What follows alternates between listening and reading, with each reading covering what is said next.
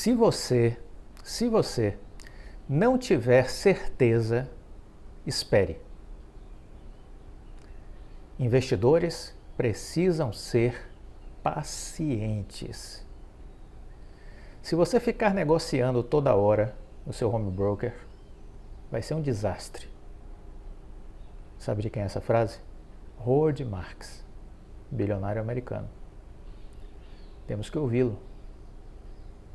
Temos que ouvi-lo. Este é um homem de sucesso. Temos que escutá-lo. Não tem como ser diferente. Outra. Antes de comprar qualquer ação, você precisa saber explicar o que você está comprando. Então reflita, olhe a sua carteira de ações e tente explicar em casa o que você comprou. Você tem que saber. Porque o Warren Buffett nos ensina: só invista no que você conhece. Então lembre-se disso. Antes de comprar qualquer ação, você precisa saber explicar o que está comprando. Essa frase é de Peter Lynch, outro grande investidor americano. Temos que escutá-lo, claro. Vou escutar quem, pelo amor de Deus? Os grandes investidores. As pessoas que performaram muito bem. Mais uma de Peter Lynch. Se você está preparado para investir em uma empresa, então deve ser capaz de explicar o porquê de forma simples, para que até uma criança consiga entender. Você precisa explicar por que está investindo naquela empresa de uma forma simples, que até uma criança consiga entender. Se você conseguir fazer isso, você domina o negócio. Você sabe o que você está fazendo. E aí você está de parabéns, porque isso deve ser o comportamento de um investidor. Agora, se você gaguejar, se você tiver dificuldade de explicar, se você não conseguir se fazer entender, aí você tem um grande problema, porque você não sabe o que você está fazendo. E, como consequência, você pode perder todo o seu dinheiro, fruto do seu trabalho. Então, muito cuidado, esteja alerta. Bem-vindo ao canal Viver de Renda. Se inscreva no canal, deixe seu like e compartilhe com os amigos. Nos acompanhe no Instagram Viver de Renda Canal, no nosso novo canal no YouTube, o Café com Ações. Sou Cláudio Soleiro, formado em administração, MBA em finanças, sou consultor de empresas há 30 anos, trabalhando dentro das grandes empresas, trabalhando com a área de planejamento, de marketing, toda a parte de estratégia, implantação de projetos, estudo de viabilidade, programas de formação de lideranças, atuando com as diretorias, presidências e conselhos de administração. Além disso, 15 anos de investidor na Bolsa. Erros e acertos. Criei o Viver de Renda para compartilhar com vocês as minhas experiências. Aqui eu não dou dicas de ações, não faço análises, recomendações. Procuro compartilhar a minha visão, o que eu aprendi ao longo da minha vida, as experiências que eu vivi, as coisas que eu aprendi. E desse modo vou disponibilizando. Vamos chegar a 1000 vídeos. Vou bater essa meta que eu tinha fixado para chegar até o fim do ano com 1000 vídeos. Então tem aí um acervo de quase 1000 vídeos à sua disposição. Você quer aprender a investir? Quer aprender sobre o mundo empresarial? Você vai ter aí um acervo à sua disposição de quase 1000 vídeos. Maratone todos e faça a linha do tempo, porque os vídeos eles vão se conectando. E isso vai fazendo um sentido para você se você fizer essa ordem cronológica, ok? Uma reflexão a mais para dar uma chacoalhada no cérebro. Alguns de vocês estão dormindo com habilidades e talentos que podem mudar as suas vidas. Alguns de vocês estão dormindo com habilidades e talentos que podem mudar as suas vidas. Acordem.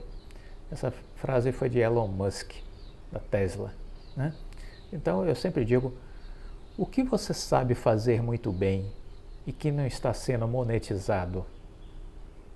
Raciocine sobre isso, porque quando a gente fala em educação financeira, eu sempre digo que a educação financeira tem duas questões que a gente precisa olhar.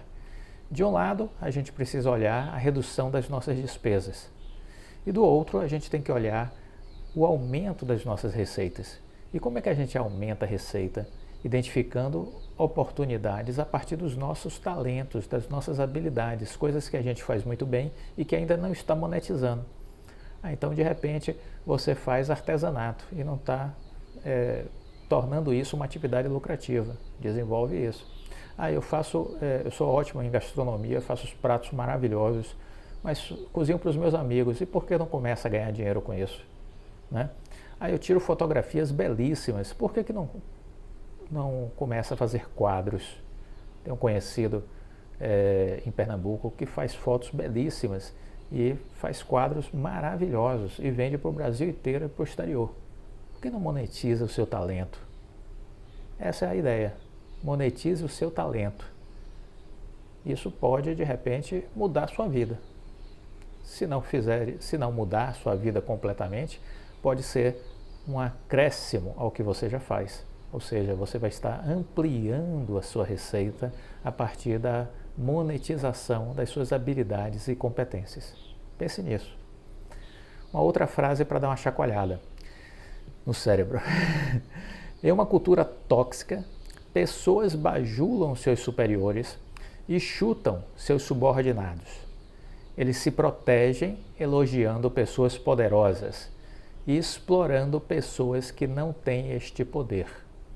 Em uma cultura colaborativa, pessoas têm voz com seus superiores, dando suporte aos seus subordinados. Eles protegem as pessoas que não têm poder, levando os problemas para quem pode resolvê-los. É uma frase de Adam Grant, né? E que fala muito sobre o clima organizacional, porque eu vivi a minha vida me deparando com situações como essa em diversas empresas, encontrando esses dois tipos de ambientes. E isso diz muito sobre as pessoas que estão nas empresas e sobre o futuro dessas empresas. Os ambientes tóxicos, com pessoas tóxicas, eles não vão permitir que as empresas evoluam.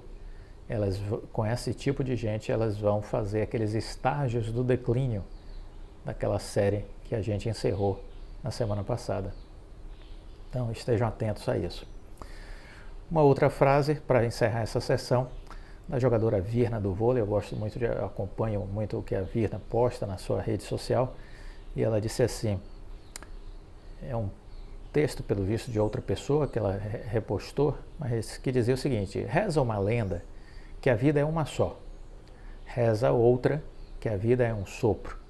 Por isso rezo eu que a gente possa aproveitá-la com leveza, amor, respeito e empatia. Não economize gentileza com você ou com qualquer um que cruzar o seu caminho.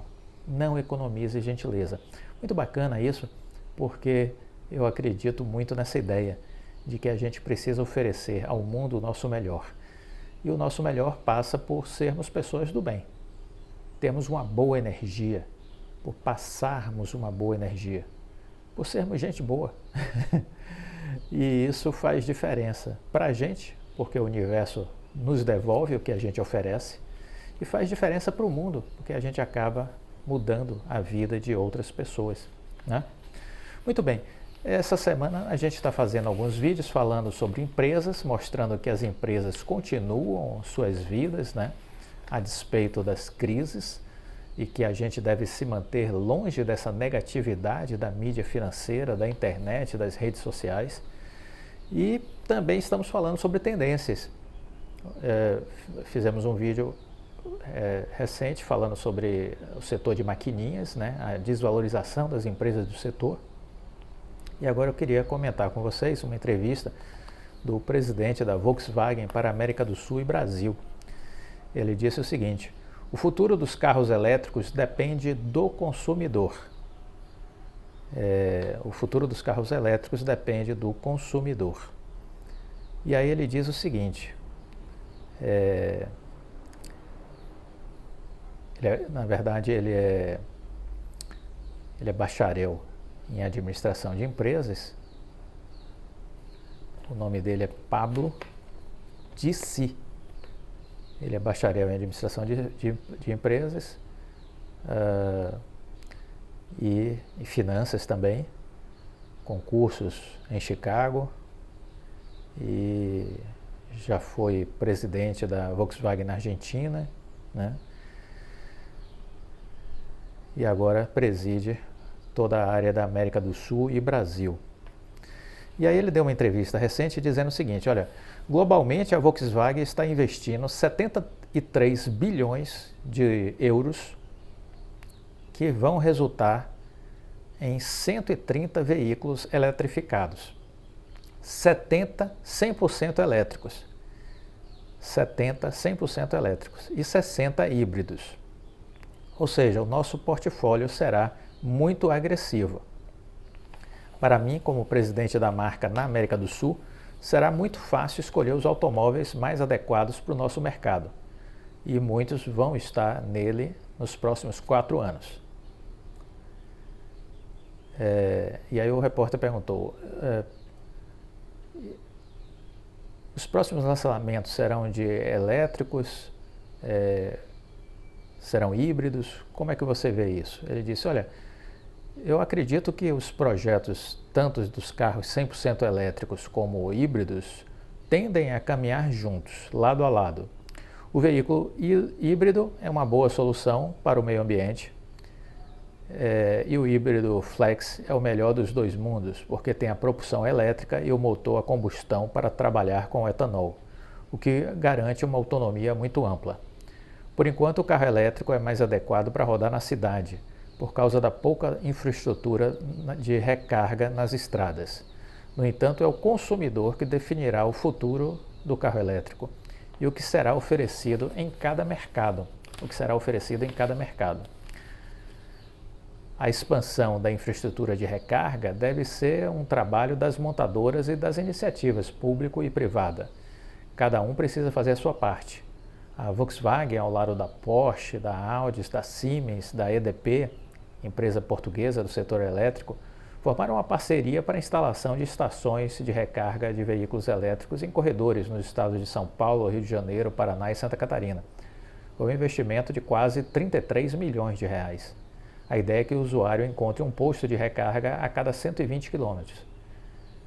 A massificação de carros elétricos está diretamente ligada à capilaridade de postos. A Alemanha, por exemplo, primeiro criou uma infraestrutura adequada para depois colocar os carros elétricos nas ruas. Então veja a estratégia, né, que foi adotada pela Alemanha. Eu penso que a discussão com relação a essa questão da eletrificação em um país que não oferece políticas públicas é uma questão que nos traz alguns desafios, né? Há uma questão muito importante sobre a geração de energia renovável para os carros elétricos.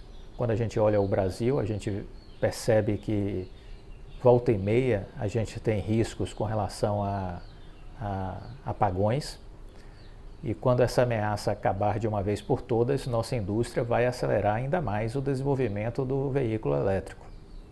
Cada país tem suas peculiaridades. No Uruguai, por exemplo, venta muito à noite, criando um ecossistema favorável em que a geração de energia é melhor durante esse período. As autoridades têm de observar a cadeia automotiva como um todo. A vantagem do Brasil é ter energias renováveis como água, vento, sol, etanol, que podem alimentar o carro eletrificado. Elas podem atuar como estratégias complementares. Esse é um modelo que faz muito sentido, né? Estratégias complementares, usando a eletricidade e o etanol, que o Brasil tem um know-how muito grande nessa parte aí do etanol, né? O senhor vislumbra uma fábrica de carros elétricos no Brasil? E aí o DC disse, é difícil. Esse empreendimento custa bilhões e não vejo a menor perspectiva para isso acontecer por aqui. A fabricação de modelos híbridos é mais fácil e, uma vez aprovado pelo consumidor, o sistema híbrido flex ganhará força no país. De toda forma, acredito que o carro elétrico estará mais disseminado no Brasil por volta de 2030. ou seja, mais aí 8 anos, né? O que não é muito tempo. A exemplo do que ocorreu com os telefones celulares, ele ainda é caríssimo, mas daqui a alguns anos o preço não será mais o tema principal dos automóveis movidos a bateria. Então veja, existe aí um cenário de mudanças, existe um cenário favorável ao crescimento dos carros movidos a eletricidade. Óbvio, isso não será uniforme, é isso que a gente precisa entender, não será uniforme. A gente vai ver acontecendo mais em áreas urbanas do que rurais, mais na Europa, que está valorizando isso de uma forma mais acelerada do que em outros lugares. É possível que depois da Europa a gente veja isso acontecendo em alguns países da Oceania, na Ásia, nos Estados Unidos, uma parte pelo menos, Canadá. Não será uma coisa uniforme, então é preciso entender isso, não é um processo uniforme. A tecnologia está aí já assimilada. O que foi uma vantagem competitiva para a Tesla quando surgiram os carros elétricos, e ela se diferenciou por desenvolver modelos eficazes e eficientes, ela saiu na dianteira. Essa dianteira dela em breve será contestada, vamos dizer assim, porque quase todas as montadoras estarão fazendo carros elétricos, né? Quase todas as montadoras terão opções de carros elétricos. E aí vai ser a resposta de cada mercado, né? Cada demanda que vai existir que vai fazer com que isso vá ampliando as vendas no mercado. O fato é que isso vai mexer com a indústria automobilística, né? E isso vai mexer também com as empresas relacionadas aí a petróleo, né? A energia. Então vamos estar atentos ao etanol, vamos estar atentos a essas mudanças, essas tendências. Isso significa que de repente não vale a pena mais investir numa empresa de petróleo? Não, eu acabei de dizer que esse é um processo que não será uniforme, que será gradativo. Então não é da noite para o dia que essa revolução dos carros elétricos vai acontecer, né? Então a gente vai ter aí ainda um bom tempo para ajustes. O que vai acontecer com as empresas de petróleo? Elas terão um tempo para repensar suas dinâmicas, para repensar os seus negócios. Daqui a 30, 40 anos, uma empresa existirá apenas explorando o petróleo? Eu acredito que não, porque o mercado terá se transformado. Então, uma empresa que apenas explora o petróleo, se não fizer nada, daqui a 30, 40 anos, estará caminhando para o desaparecimento. Simples, fácil de entender, porque o mundo está caminhando em outra direção. Então vejam, tendências. Precisamos estar atentos às tendências. Isso é muito importante, saber para onde o mundo vai e tentar chegar lá primeiro, como gosta de dizer o Bill Gates, né? É preciso olhar as tendências, mas entender também que todo isso é um processo, que não é um estalar de dedos. São algumas décadas em transformação. Então as empresas de petróleo terão tempo para se ajustar, para de repente encontrar novos sentidos, novos negócios e não ficar única e exclusivamente dependente do petróleo, que tenderá a ter um declínio do seu mercado. Então, é importante entender isso. Gostou do vídeo? Deixa o like, compartilhe com os amigos. Fique com Deus e até a próxima. Tchau!